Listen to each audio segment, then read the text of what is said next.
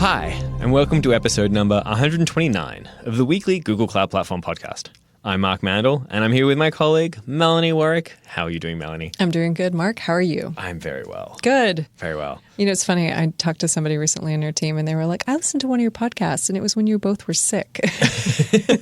And I was thinking, that's right. Mark is finally well. It took you a really long time. It did. Anyways, so Mark, this week we are going to be talking with Mandy Waite, who is on our team and in our developer relations team, and she runs one of the groups, and she talks to us all about developer relations and what it is and how to think about it. Yeah, no, super interesting chat. Definitely. Yep. But as always, we always start with the cool thing of the week, and we end with our question of the week. And the question for this week is that on May 25th, as some of you may be aware, especially from all the privacy notices that you might be getting in your inbox, GDPR has gone into effect. And so we wanted to touch on that briefly in terms of Google Cloud Platform and what that means for our group and Google Cloud Platform. So we will do that at the end. Sounds good. Yeah. And we also are coming out of the Memorial Weekend for this podcast. So hopefully everybody's having a nice break or has had a nice break. Yes. Awesome. So let's get stuck into our cool things of the week. This one I like a lot. This is really neat. Basically, we have a blog post, an article, and documentation and stuff you can play with for better cost controls with Google Cloud billing programmatic notifications. Short answer being, if you've ever been thinking, what happens if my costs just suddenly skyrocket and I don't happen to notice them? That would be bad. I would not appreciate that on Google Cloud. So what we can do now is set up programmatic notifications for cost control on Google Cloud. This is good. This is really important. It's really cool. So right now it's set up so that basically a pub/sub notification occurs, but we have examples set up so that you can go and read them. We'll put the links in the show notes, basically to fire off a Cloud function, which could then do things like set a notification to Slack, possibly send you an email. You could even do stuff like just turn off billing or possibly turn off certain resources within your project to help slow down the amount of costs that you're having depending on what it is that you're building. Really, the world's your oyster, but it is really cool now that you have this sort of warning system in place and or, you know, something you might want to automatically do actions on too. Right. Yeah. The post helps you understand what you can do to set up these types of notifications and makes it easy for you, which is good because I agree with you. It's important for us to have a way to monitor and not go over budget. Okay. So the other cool thing of the week is one of our colleagues, Gabe Weiss, has written about a cool IoT project he worked on, which was in conjunction with Firebase. And so he's a musician on the side, and there's a sound room that he wanted to be able to have an understanding of when it's available and what it isn't. So he built out an IoT device using a Raspberry Pi and a passive infrared sensor to detect motion and determine when the room is in use. And he was doing this with the motion sensor to avoid capturing sound or capturing video in that room, but to definitely detect, is it in use and how often is it in use? And he shows how to build that out with the actual IoT device as well as combine it with Firebase to track the data itself. So you should check out the blog post and see if you want to play around with motion detector yourself. Nice. Yeah. Another fun thing, Alexi, who is on our team as well, we've mentioned him before, he does a This Week in Google Cloud Platform blog post. One of the things out of that I thought was particularly interesting, recent I.O. attendees were able to complete in-person code labs at the event. But those code labs are actually available as well. There's 25 plus updated cloud code labs that you can get. We'll put the link in the show notes. It's g.co/io/code labs. If you click on the cloud category, you can get the cloud ones, but all the other ones are there as well. Also, we'll put a link in there that there's also the complete list of free cloud code labs. They remain available as well. g.co/codelabs/cloud. Those are all available. So if you're looking for some free training or some free how-tos on how to build stuff on cloud, on Google Cloud specifically, we'll put those links in the show notes and you can have a go. That's great. And the last thing we're going to mention is that there is a Kubernetes podcast, if you haven't noticed, one that is explicitly about Kubernetes. And that's being run by Adam Glick and Craig Box. We'll put the link in the show notes, but they have been releasing podcasts every week so far for the last month on Tuesdays when they usually release.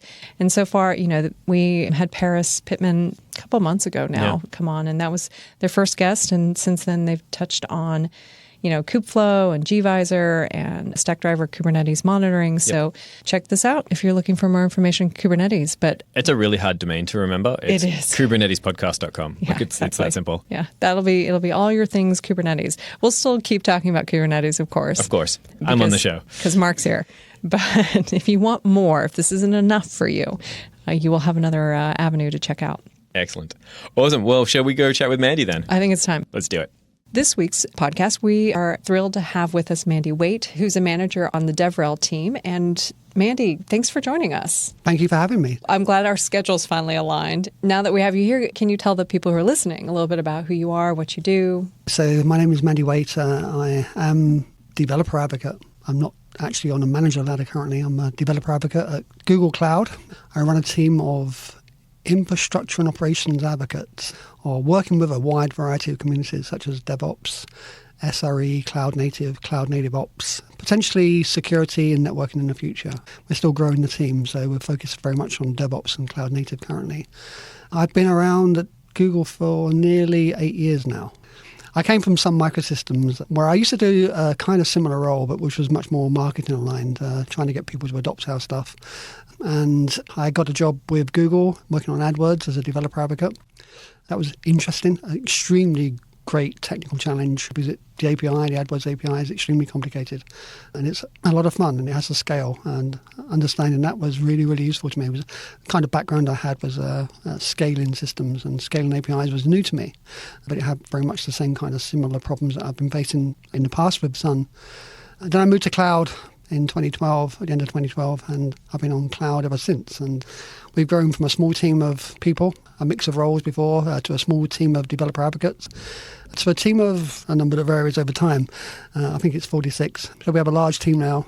We generally no longer call ourselves developer advocates. We're much more aligned with being advocates or cloud advocates, although we do developer advocacy as well. For me, it's much more around not really covering developers anymore. It's more about talking to other communities, ones that are very, very important to us when it comes to making sure that we have the best possible products. And that would be the DevOps community, cloud native operations communities. SRE is a great story. Lots of people are starting to look at doing SRE. Security for the future, probably security across the board, across all different aspects of technology. So that's what we're doing currently. As I say, I manage a team. We have about 10 people in my team currently. And your team focuses on, you're saying you're on infrastructure and operations, right? Infrastructure operations, yeah. It's a very general term. I'm not sure if it's the best term, but it's the one we landed on. I originally called it operations and infrastructure, but somehow it got turned around. So I'm not sure why, but I don't think it really matters. It could be the DevOps team or the DevOps cloud native team, but infrastructure and operations seems to cover it more. It's definitely not developer centric. So I'm going to ask you the hard question then. Okay. How do you define developer relations? Yeah, so interesting question. To be honest, I mean, the fact that we work with other communities other than developers gives us an interesting challenge, because some umbrella term that we can use to reference all of these communities that we work with, developer community, the DevOps community, the data science community, there is no really good umbrella term, and we tend to fall back on technical communities as being the umbrella term, but it's not a good one. We're still fundamentally developer relations, but we've just really kind of overloaded the term developer to mean all of these other communities as well. And so developer relations is actually making sure that we have the best possible products and the best possible experience for people using the products as possible. And also making sure that we communicate what we have, take our narratives and our messages on the road and show them to people, help them understand how they can solve their problems with our products, because that's extremely important. But not forcing products down people's throats, saying, hey, we have this thing, you should use this. It's not around giving people product pitches. It's about talking about how we can solve problems using our technology. And often that's a case of meeting people where they are when you have something like cloud, because that involves using tooling that they're familiar with already with our cloud product. So if they're using something like Jenkins to do build pipelines and such like CI/CD, then we want Jenkins to work really well. And a great example of that would be infrastructure as code, that kind of thing. Having people making sure they use Chef and Puppet and Terraform, and that those things work perfectly well with our cloud platform. There is also an aspect of being opinionated as well, though. Say, like, Google do things this way. And this is what we've been doing with Kubernetes for a long time. So 4 years ago, we started talking about Kubernetes. It was new to us, apart from the fact that we knew how things worked internally at Google with Borg. And I think you've had John Wilkes on talking about Borg before. Mm-hmm. Borg was really, really interesting to many of us, and taking that message out on the road to show people, hey, have you ever considered doing it this way? It was on the back end of the container revolution, and my message back then was very much, hey, I have all of these containers, now what do I do with them? And Kubernetes was a solution to that, but it was highly opinionated, but it was also a new paradigm as well. And I think people have adopted it at scale. And I think it's a kind of a really good inflection curve showing adoption of Kubernetes. And I like to see more of that happening. But being opinionated about something, you have to be careful with it because you can't always change the way people feel about something. Meeting people where they are is very, very important. But if you have a better way, then you should be showing them how they can be successful doing it that way, but without dismissing what they're doing currently and making it seem like what they're doing may be trivial compared to what we're doing. Build it like Google might be a great message, but we have to be respectful of the fact that people build things their own way currently. And if this helps them and solves some of their problems for them, then that's great. And we can take those messages out and people will listen to them. But we have to meet people where they are and keep the opinionation a little bit more lower key. So you were saying about how this being developer relations. What comprises of developer relations? What comprises developer relations? I guess people. Well, so part of the reason why I'm asking is Mark and I are officially developer advocates, and I know we have a number of different roles within the team. And so I'm basically setting this up to say, hey, what are some of the roles? What are some of the makeup of the teams that we have? Yeah, I don't think I was being flippant by saying people as well, because I think it's very important that the people aspect of it is so massively important to this role. It is very much about working with people and being able to communicate with them to be able to understand the needs. Empathy is a huge word, a word that we've used a lot. Another word that's really important is trust. So trust and empathy are very much people things. They're not related to technology in any meaningful way. I think it's probably very easy to be in technology and not have a lot of trust and not have a lot of empathy. And I think one of the keys to being successful in developer relations is being able to have those skills, not necessarily develop them. I think you can develop empathy.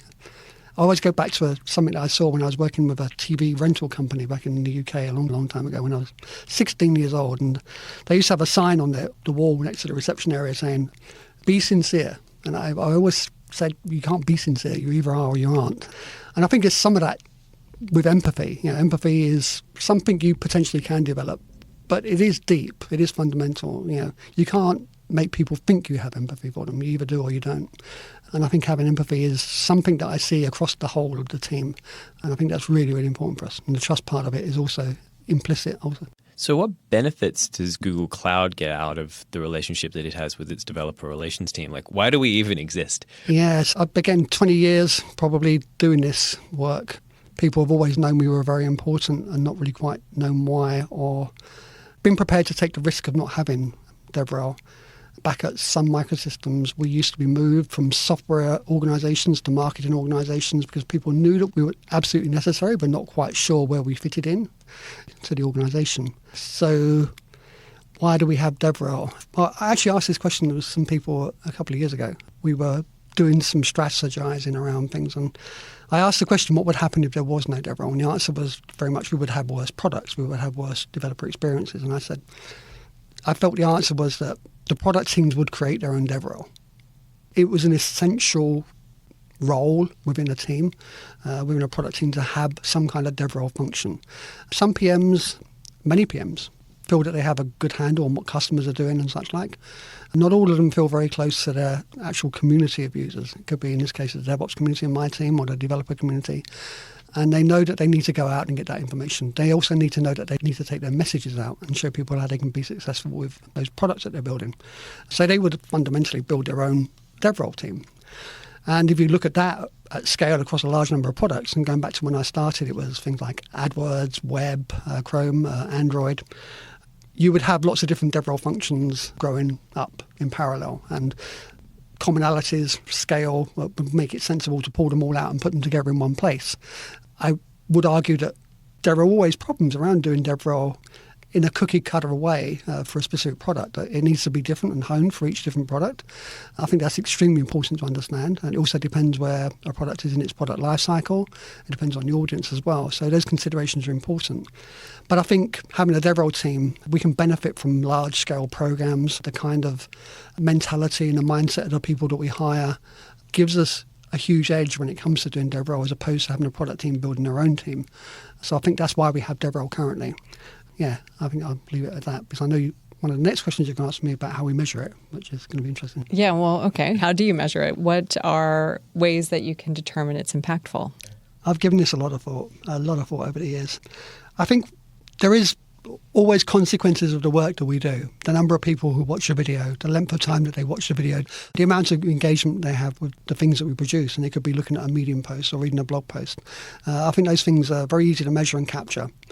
I think there is a danger around having a goal around those numbers, always. I don't think it's a good thing to have a goal around a number, to say we should have 1 million video views within Q1 or Q2.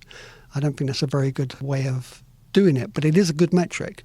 And so if you look at the work that you do and the things that you do, some metrics are going to bubble out of that and you can push them up to people, but they shouldn't be the reason why you're doing it. So the reason you would do a video series was to get important information out to people or to drive some strategic goal that you really care about and that you've agreed with the product teams. And ultimately, the metrics will drop out of that and you can report up on them. And you can say, we did 500 events or 600 events last year. We did 150 videos and we had X number of views and X number of in-person outreach was done. But I don't think they're the numbers that we should be driving.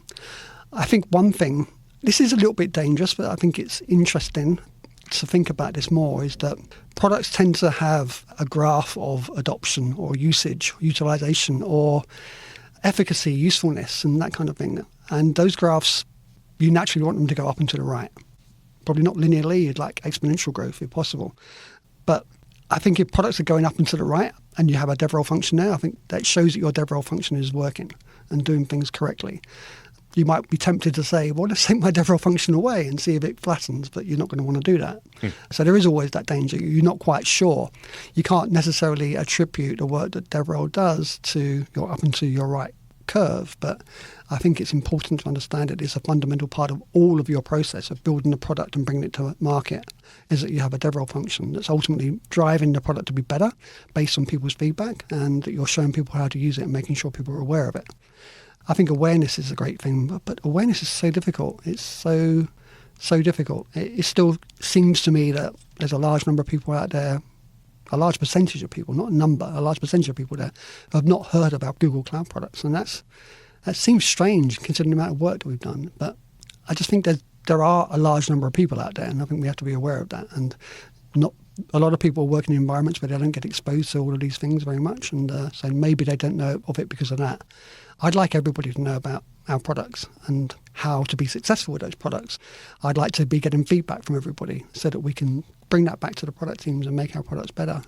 I don't know how we can reach that, but I think we probably need to continue growing Devrel as the product teams grow. I think we lag behind a little bit as the products grow. Devrel is always a little bit behind the curve when it comes to adding more people. So in terms of impact, what are some of the activities you've seen that have had the most impact? That's a really good question. And you didn't give that one to me. I didn't know. Oh, you're right.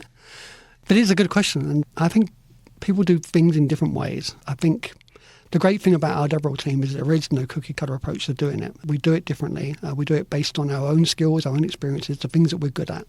We do it based on our own products and our own communities that we're trying to reach and our own goals and strategies as well. So I see lots of different things and lots of different success stories. I think having a podcast is a great idea. So whoever came up with that idea, it should be... That was all Mark. I have no idea who that was. Maybe it was your dog. It was Francisca, yeah. I'll give it to him. But we got very good at doing videos. And we felt in the past 2 years ago that we weren't very good at doing videos. And now we're much better at doing videos. We had a lot of attention for our videos. Very short, very succinct and very to the point. We socialise them very well and we get lots of views. And I think that's really important. That's really impactful. I think that for open source projects, which is a new thing around doing advocacy for, or Devrel for generally, I won't single out advocacy, but just Devrel generally, is that it's a different kind of way of doing things. And I look at somebody like Yana Dogan on my team who's working on open census, and she is really involved in the community. She was a SWE on the community. She was doing lots of contributions to it. But she understands exactly what the mission is and what the goal is, and she understands the community and their needs, and she understands what she would like to get out of it. And she's doing a different kind of Devrel there with open census. So that's another different way of doing it and another different way of being successful. So I think it's really a case of constantly exploring and constantly adapting. I had this goal, I want to achieve this, which may be I want to grow adoption of BigQuery. Constantly thinking about new ways of doing it, maybe going on Reddit and getting millions and billions of people to actually talk about your product, which somebody on our team does. Felipe. Yeah, Felipe. Yeah. So I think there's lots of great things that people do. And I'm just hoping that there's more innovation because, you look at it and you think, we've done all of the Devrel we can, all of the different ways of doing Devrel, but then somebody's going to come up with something new. Oh, actually, Jen Tong is currently doing live stream coding, Twitch for Devrel, effectively. And I really like that, and I think that's going to be a new model. It appeals to a different way of thinking. I tend to think that people change as they grow with technology. The way people think about things is probably different than the way I used to think about them when I was young, because of just technology is there and ever present. And I think live streaming seems to be a really big deal for people nowadays. Well, Mark is doing that, and so is Holden, actually. Yeah, at this there's a time. few of us. Yeah. That's great. Chris Broadfoot on the Go team, Yeah. DPE. Excellent, yeah. So live streaming is a new one. So these are the things we wouldn't have predicted a while back. I'm hoping that next year there'll be another really great innovative way of actually doing this kind of developer relations and getting the message out to people. Maybe something with IoT. Yeah. So on a practical note, sort of, and you were talking about this as well, how like tailoring the Devrel experience for different communities and different groups. You run the infrastructure and ops group, which is a very different community, say, than maybe the wider tech community. How have you seen basically the approach for Devrel in that space be different from, say, other communities that you've worked in? I think it's the DevOps community have a different need from the more general developer community. I kind of struggle with saying that at times because I think we've grown up with developers. We've been in developer relations for 10 years, 11 years or so. And it's easy to think that developers and DevOps are different fundamentally, that the way we should do messaging to them is different. I think it's at the moment we don't have very many people doing developer relations for DevOps. And so I think the key here is to look to hire people who are practitioners, people who actually come from that community, are part of that community, and bring them onto the team and have them advocate on behalf of that community to our product teams, and also understand the needs and help them solve their problems, because the problems that our community have are exactly the same problems that they've had up till now. And so I think that's really, really important.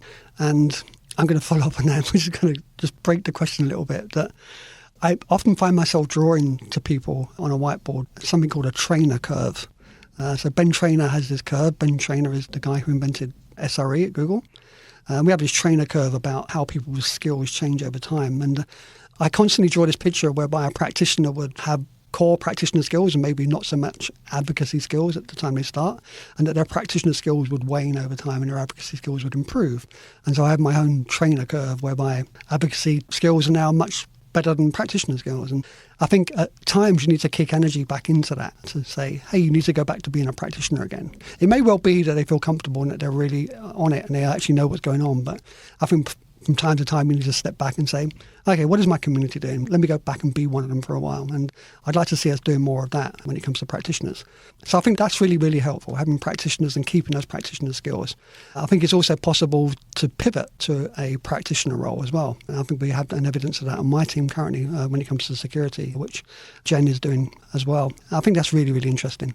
I think there's also a lot of space for more generalists to grow up into that space as well and to learn from the practitioners and to become practitioners as well. So having more senior people as practitioners, but having more junior people as the people who learn from them, take their messages on the road, maybe not have the same kind of recognition as they do, but can help with content and videos and such like. And I think those people are really, really key to it as well, because there are not that many practitioners in the world. And so if you want to have a reasonably large team and good coverage, then you're probably not going to be able to do that just by hiring practitioners. So the other thing that you get from practitioners, I had this conversation with Adam Seligman recently about trust versus credibility. And I do agree, trust is extremely important. We need people to trust our advocates. When they talk to them, I know this person, I trust what they're telling me. And at the same time, our product team stakeholders as well should trust them, and trust them when they bring stories and feedback back to the product teams that say, maybe you should do it this way. They trust that person's view and they give it due consideration. I know trust in particular is very valuable when you can give them a perspective and it's not necessarily being driven by the product itself. It's being specifically driven by, this is what I know about the space. This is what I'm able to bring to the table about the space. Yeah. Oh.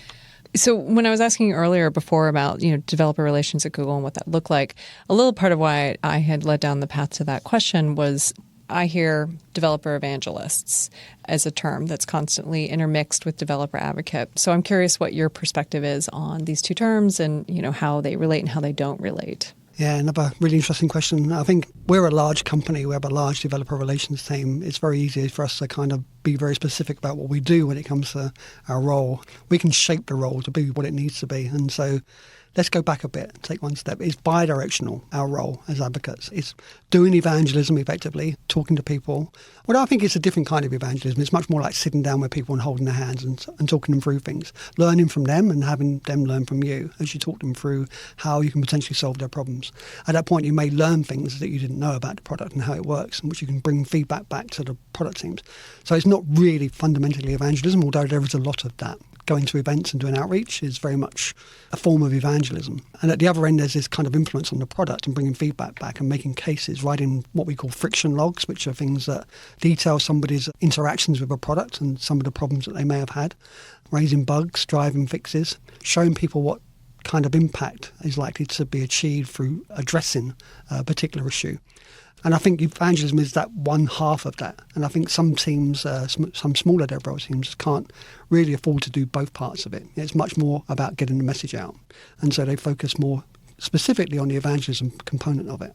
But I think advocacy is rooted in that bidirectional thing whereby we influence the product teams and we influence our communities. Does that answer your question? Yes, it does, actually.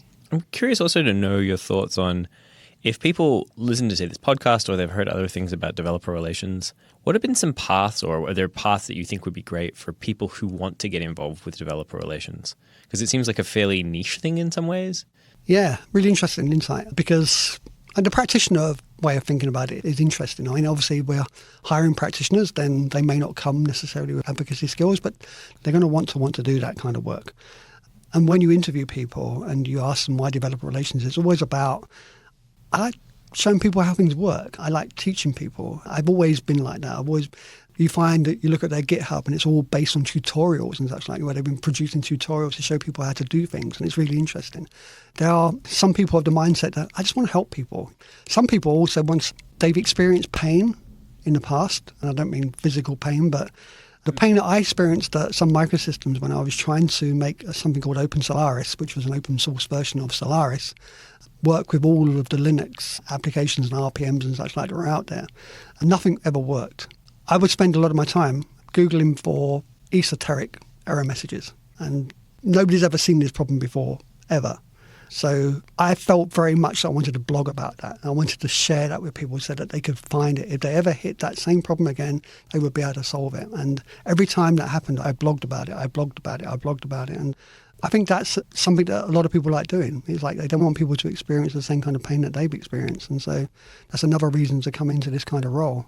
You want to make the world a better place. I used to have my tagline for Twitter was, make the cloud a better place for developers. So I think some people just want to do that. The question was more about paths into advocacy, right? But I think you need that part of it. You need that mentality. You've seen the best speakers. They're the ones that actually really care and do have empathy for their audience. And that's always going to be a case. Having empathy, not developing it necessarily, although that is possible.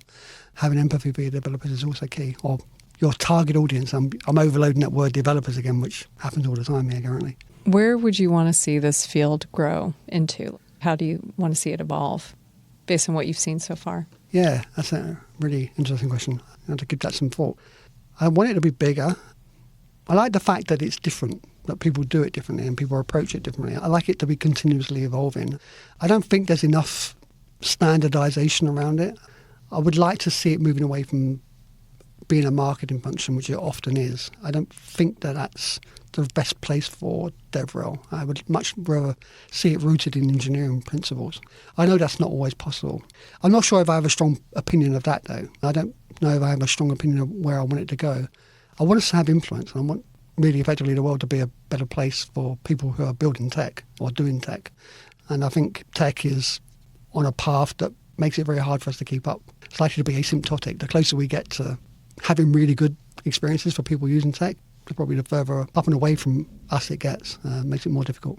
Through your experience, your history of working in tech, I'm just curious as a side thing, what is one of the technologies that you've seen that really you were so excited about when it finally came and you felt like it completely had this huge impact that you wouldn't have imagined or expected? Yeah, I think I've already mentioned it. Container scheduling, Kubernetes. Docker I watched Solomon Hayek's giving a talk at DocScale, which is happening in Paris next week, and I will be there. Watching Solomon Hayek talk about Docker in 2013 was really, really exciting. The comparison to containers, shipping containers and such like, it just really moved me. It was really fantastic. It was a great event, actually. And having containers was great, but having an ability to schedule them like the way we do at Google was even better for me. It was like, I really get this. I really understand how this works, and I really want to make this a thing. So I became very determined to make it a thing. And hopefully I made some small contribution to that. I'm sure. I know you did. Kubernetes was very much the thing that made me most excited. These kind of paradigm shifts. Although on the whole, I probably would say cloud native generally. the whole principles behind cloud native are probably more important as Kubernetes becomes more of the new infrastructure. It bubbles down into the substrate, as I used to describe it to people, and things get built on top of it because it's an enabler for new things. I think we can do services better now that we have things like Istio and other things like that are coming along, service meshes generally, and all of the other ecosystem components that are coming up around Kubernetes is just really, really exciting, and I think it just changes the way we think about it. I'd love to get away from traditional infrastructure completely and just be using containers and not worry about where they run. Excellent. Are we hiring at the moment? I think Devrel is very large at Google, and we have lots of opportunities to hire people here. There's always some job description open for a role within Devrel at Google. My team, we have a couple currently. They're coming and going and such like. We have pipelines that get full up and such like. But yeah, we're definitely hiring. Cloud advocate for DevOps potentially, or cloud advocate for cloud native, that kind of thing.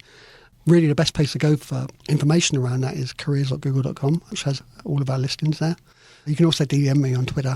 Was my Twitter handle going to be published? Yes, we will definitely be publishing that. Yeah, so you can also DM me on Twitter as well, and I'll do my best to answer. Well, I can say it's a pretty great team. Can't complain too much. It is a pretty great team, yeah. Yeah, it definitely is. So, Mandy, I know we're getting close to time, but is there any place you're going to be at outside of Paris that you'll be speaking at or you'll be attending that you want people to come and say hi? Let me think. Not really. I don't give so many talks anymore, which is a shame. I like to give them talks. So I don't have any specific planned. I'm going to be at various different events, Cloud Next events, Cloud Summit events that we have coming up. I'll be in London, probably in Tokyo as well. Certainly been to the San Francisco event that we have in July, which is July 23rd, I believe, Cloud Next in San Francisco. Yes, definitely. Anything else that you wanted to share around developer relations that we didn't already cover? I don't think so. I think drink lots of water to make sure your voice can hold up for long periods of time, because my voice just doesn't hold up very well. You'll always find me in videos with a bottle of water in my hand. So it's very hard with my voice to survive a long talk. But that's my big tip, is always have a bottle of water with you. I like that.